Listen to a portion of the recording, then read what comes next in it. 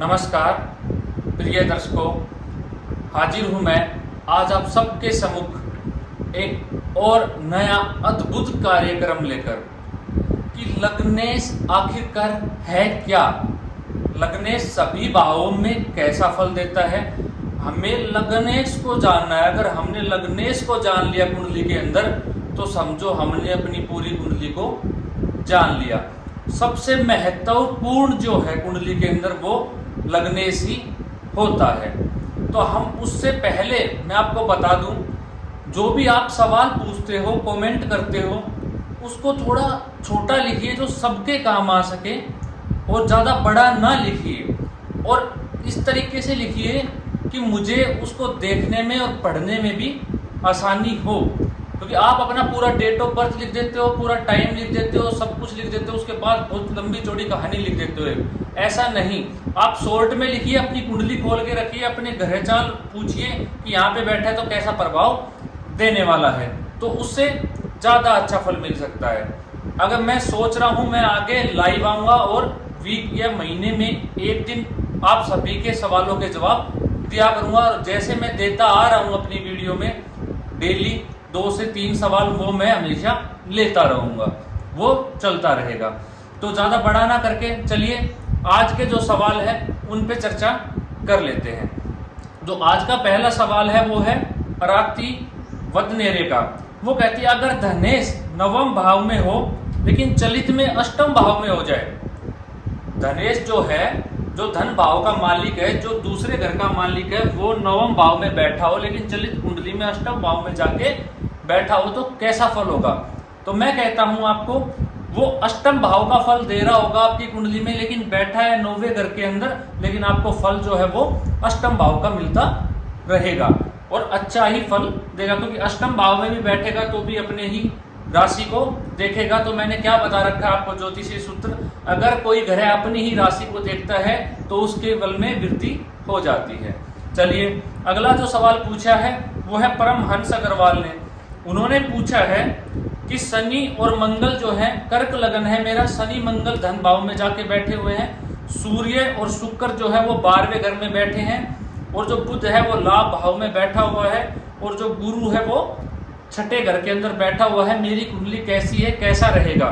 देखिए मंगल और शनि का हो जाने से ऐसा जातक थोड़ा संकी विचारों का हो जाता है, धन भाव में बैठा हुआ है, ज्यादा बोलने वाला हो जाता है, जल्दबाजी में खाना खाता है, हर चीज जल्दबाजी में थोड़ी सी करने लग जाता है। ठीक है, शनि और मंगल का धन भाव में हो जाना अच्छा नहीं है, क्योंकि कर्क लगन है आपका, और जो शनि है वो आपका मार्गेश भी बनता है। तो ये आपको चोट चपेट एक्सीडेंट का योग बनाता है इनकी अंतर प्रत्यंतर दशा में। और आपका जो लग्नेश है वो पाप कर्तरी में फंसा हुआ है, क्योंकि दोनों साइड पाप ग्रह हो गए हैं। जहां बुध अति विशिष्ट कारक ग्रह है आपका और शुक्र भी अति विशिष्ट कारक होकर बैठा है, तो ये अच्छा रहेगा आपके लिए।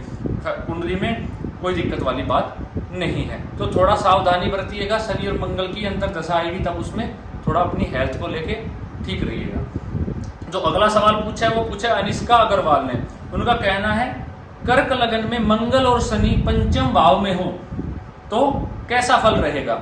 अनिष्का जी मैं आपको बता देता हूं, 5वें भाव के अंदर वृश्चिक राशि बन जाएगी और मंगल और शनि 5वें भाव में बैठ जाएंगे। 5वें भाव में शनि कभी भी अच्छा फल, ज्यादा अच्छा फल नहीं देता है, और मंगल और शनि का योग हो जाने से वहां पे विस्फोटक जनक स्थिति पैदा हो गई है। तो आप पेट से रोगी रहने वाले हो, क्योंकि कर्क लगन में जो 8वें भाव का मालिक है वो शनि बनता है। आपके जोड़ों में और घुटनों से संबंधित परेशानी आएगी, लेकिन 8वें भाव का मालिक जब भी 5वें भाव में जाके बैठेगा, ऐसे जातक को रिसर्चर बना देता है। ऐसा जातक ब्रिलियंट होता है। मंगल शनि का योग खराब भी नहीं है लेकिन ब्रिलियंट होता है, देखना पड़ता है कैसे किस अवस्था में है। तो आप एक ब्रिलियंट तो रहोगे, लेकिन आप एक रिसर्चर भी हो सकते हो, क्योंकि 8वें भाव का है, गुप्त चीजों का भाव है, तो वो रिसर्चर बनाता है। तो आप रिसर्चर हो सकते हो एक अच्छे। और पेट से रोगी आप अवश्य मिलोगे, गैस की प्रॉब्लम, क्योंकि मंगल अग्नि है, शनि वायु है, तो आपको पेट में जलन की संभावना, अल्सर से पीड़ित या और किसी तरीके से आपको पेट से संबंधित दिक्कत हो सकती है। क्योंकि आपने और कुछ मुझे बताया नहीं, तो घुटनों का अपने जोड़ों का ध्यान रखिएगा। चलिए जो हमारा विषय है उस पर बात करते हैं। लग्नेश क्या है। लग्नेश है जो राशि आपके पहले घर में लिखी हुई है, जो पहले स्थान में आपकी राशि बनती है, उसका जो मालिक होता है वो लग्नेश है, उसी से ही सब कुछ देखा जाता है कुंडली के अंदर। हाँ, अगर लगन भाव का स्वामी मजबूत है, आपका लगन मजबूत है, आपका लग्नेश मजबूत है, युवा अवस्था में बैठा है, किसी अच्छे भाव में बैठा है, तो निश्चित ही आपकी कुंडली बलशाली है, आपको अच्छा ही फल प्राप्त होने वाला है। तो लग्नेश अगर त्रिक भावों में जाके बैठ जाए, जो होते हैं छठा, 8वां और 12वां भाव। तो किसी ने प्रश्न भी पूछा था, एक जातक ने कहा था कि त्रिक भाव के अंदर लग्नेश खराब फल नहीं देता है, क्योंकि लग्नेश जो होता है उसको खराब फल देने का अधिकार नहीं है। तो मैं आपको बता दूं, जो हमारे ग्रंथों में ज्योतिष में लिखा हुआ है कि छठे, 8वें, 12वें घर लग्नेश कहीं भी बैठा हो कुंडली के अंदर खराब फल नहीं देता है। लेकिन अगर छठे, 8वें और 12वें घर के अंदर लग्नेश जाके बैठ जाए तो वो कैसा फल देगा? वो अच्छा फल देने पे बाध्य तो है, लेकिन वो किस में अच्छा फल देगा? छठा घर किसका है? रोग, रिपु, ऋण और शत्रुओं का घर है। तो उस लग्नेश जब आके छठे भाव में बैठेगा तो वो अपना सब कुछ किस में लगा देगा? शत्रुओं से बचाने में, आपकी शत्रुओं की वृद्धि करेगा। क्यों? जहां भी लग्नेश बैठता है वहां उस भाव की वृद्धि कर देता है, तो आपको शत्रुओं से बचाने में, आपको रोग, रिपु, ऋण, रोगों से बचाने में वो अपनी सारी सुविधा, अपनी सारी ताकत खत्म कर देगा। तो उसमें जाके लग्नेश क्या हो जाता है? बलहीन हो जाता है, उसका बल जो है वो इन्हीं चीजों में खत्म हो जाता है। अगर हमारा शरीर, हमारा सब कुछ जो लग्नेश है, अगर वो ही छठे भाव में जाके बैठ गया, अगर उसमें ही दिक्कत आ गई तो हमारी कुंडली खराब हो जाती है। और छठे घर में जब भी लग्नेश जाके बैठेगा, ऐसा जातक निरंतर प्रतिस्पर्धाओं का सामना करता रहता है, कंपटीशन का जिंदगी भर उसका सामना होता रहता है, आजीवन उसको मेहनत पे मेहनत करनी पड़ती है। अगर लग्नेश अष्टम भाव में जाके बैठ जाए तो कैसा फल देगा? वही बात आ गई, अगर लग्नेश अष्टम भाव में जाके बैठ जाए तो भी अच्छा फल नहीं देता है। ये गुप्त भाव है, गुप्त चीजों का भाव है। लग्नेश अष्टम भाव में जाकर भी वैसा ये मृत्यु का भाव है, तो हमारी क्या मृत्यु को जल्दी करवा देगा, उसकी वृद्धि कर देगा। समझ रहे हो ना? आयु का भी, मृत्यु का भी भाव है। तो लग्नेश अगर अष्टम में जाके बैठ गया तो क्या हमारी मृत्यु को जल्दी करवा देगा? लग्नेश अष्टम में बैठेगा तो आपको जीवन में कष्ट होता रहेगा, आप नाना प्रकार से बीमारियों से या कैसे भी करके आपके जीवन में चोट चपेट या कुछ भी चीजें घटित होती रहेगी। अष्टम भाव में लग्नेश का होना अच्छा नहीं है, क्योंकि ये वृद्धि करता है, जिस भी भाव में बैठता है उसी चीज की वृद्धि कर देता है। तो अष्टम भाव में बैठ के भी लग्नेश क्या है? गुप्त चीज क्या है? मृत्यु की वृद्धि कर देगा, उसको हम जानेंगे। चलिए आगे मैं आपको समझाऊंगा सारी चीज। वह भाव में जो 12वां घर है उसके अंदर क्या है? वो व्यय का है, मोक्ष का है। तो यहां पर लग्नेश बैठ के क्या आपका व्यय बढ़ा देगा या आपको व्यय पे, खर्चों पे कंट्रोल करवा देगा?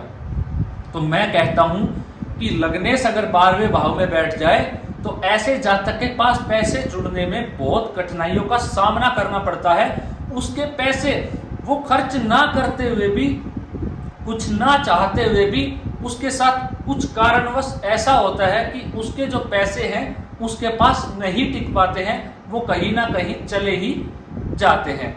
वह भाव में ऐसा जो जातक है वो व्यय, उसका व्यय अधिक करवाता है लग्नेश अगर 12वें घर में जाके बैठ जाए। और ऐसे जातक को बहुत से शत्रु, बहुत से जन्मजात शत्रु मिलते हैं, शत्रुओं का सामना करना पड़ता है और जीवन उपार्जित के लिए हमेशा कठिनाइयों का सामना करना पड़ता है। तो जो त्रिक भाव है इसके अंदर इसीलिए लग्नेश को अच्छा नहीं माना गया है। अब जो लग्नेश है, बाल अवस्था, किशोर अवस्था, युवा, वृद्धा और मृत, ये 5 अवस्थाएं कुंडली की होती है। मैं इस पे पहले ही एक वीडियो बना चुका हूं, अगर आपने नहीं देखी है तो वो जाके देख लेना। अगर लग्नेश युवा अवस्था में हो, अगर वो छठे घर में जाके बैठ जाए तो क्या वो अच्छा फल देगा? जी नहीं, वो अपनी सारी सुविधा आपको हमेशा जिंदगी भर रोग, रिपु और ऋण और शत्रुओं से बचाने में ही लगा देगा। इसके अलावा आपको कुछ भी नहीं दे पाएगा लग्नेश, और कुंडली का सब कुछ ही लग्नेश होता है। अगर कुंडली के अंदर लगन भाव में लग्नेश बैठ जाए तो क्या हो? अगर कुंडली के लगन में लग्नेश बैठ जाए तो ऐसा जातक जो होता है वो मेहनत करने के लिए जाना जाता है, कर्मठ होता है, अपने काम के प्रति जिज्ञासावान होता है। तो वो जिंदगी में सिर्फ और सिर्फ मेहनत करने के लिए ही इस दुनिया में आया है। ऐसे ही उदाहरण से समझते चलते हैं, अगर लग्नेश धन भाव में जाके बैठ जाए तो क्या होगा, उसके दिमाग में सदैव हमेशा एक ही विचार चलेगा। क्या चलेगा? सिर्फ पैसा। क्योंकि धन भाव कौन सा है, दूसरा भाव कौन सा है? धन भाव है। तो सिर्फ और सिर्फ उसके दिमाग में हमेशा पैसा चलेगा। तो एक ज्योतिषी को हमेशा क्या देखना चाहिए? एक ज्योतिषी को देखना चाहिए कि अगर उसका लग्नेश किस भाव में बैठा है, कैसी अवस्था में है, कितने ग्रहों से दृष्ट है, पाप कर्तृ योग में तो नहीं है, शुभ ग्रह की दृष्टि है या पाप ग्रह की दृष्टि है, उसके बाद उसका आकलन करना चाहिए। हम बाद में जानेंगे। आज सिर्फ मेरा आपको ये समझाने का विषय मेरा जो है वो सिर्फ ये है कि जो लग्नेश है वो किस भाव में बैठ के कैसा फल देता है। एक ज्योतिषी को किसी को क्या बताना चाहिए? अगर आप मेरी वीडियो देख रहे हैं तो मैं आपसे वादा कर रहा हूं, सिर्फ आप मेरे साथ बने रहिएगा, एक दिन आप खुद ज्योतिष बन जाएंगे। देखते देखते आपको खुद ज्योतिषी का ज्ञान हो जाएगा और आप खुद ही अपनी प्रिडिक्शन कर पाएंगे। तो इसीलिए कह रहा हूं, अगर आपने चैनल को सब्सक्राइब नहीं किया है तो क्यों नहीं किया है, उसको अभी सब्सक्राइब कर लीजिए। अगर आपने अकेले ने किया तो क्यों किया, ये भी गलत है। शेयर कीजिए ताकि किसी और के भी ये वीडियो काम आए और वो भी इससे कुछ सीख पाए। तो अकेले ना कीजिए, औरों से भी करवाइए। चलिए, अगर जो लग्नेश है वो पराक्रम भाव में जाके बैठ जाए, अगर लग्नेश पराक्रम भाव में जाके बैठ जाए तो ऐसा जातक जिंदगी में पुरुषार्थ करने के लिए जन्म लिया है, वो पराक्रम करने के लिए पैदा हुआ है, साहसी है, निडर है, पराक्रमी है, जोशीला है, उसके भाव में जोश भरा हुआ है। अगर हम किसी की कुंडली में लग्नेश पराक्रम भाव में जाके बैठ जाए और हम उसको कहें कि नहीं आप तो कर्म कीजिए, आप तो भाग्य का खाएंगे, आप तो भाग्य का साथ मिलेगा, तो ये गलत होगा, हमारा आकलन गलत चला जाएगा और उसकी जो प्रिडिक्शन है ज्योतिषी की वो भी फेल हो जाएगी। अगर जिसका लग्नेश जिस भाव में बैठा, अगर हम उसको कहेंगे कि आप पराक्रम कीजिए, क्योंकि वो पराक्रम पुरुषार्थ करने के लिए ही पैदा हुआ है, क्योंकि उसका लग्नेश पराक्रम में जाके बैठा हुआ है, तो हमें उसको पराक्रम से ही जोड़ना पड़ेगा, पराक्रम से जोड़ के ही उससे कार्य करवाने पड़ेंगे, तभी वो एक सक्सेस हो पाएगा जिंदगी में और उसको सब कुछ मिल पाएगा।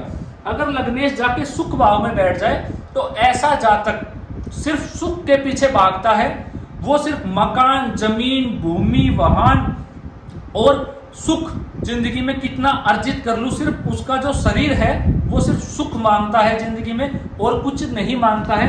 तो उसको हमें सुख से जोड़ के देखना है।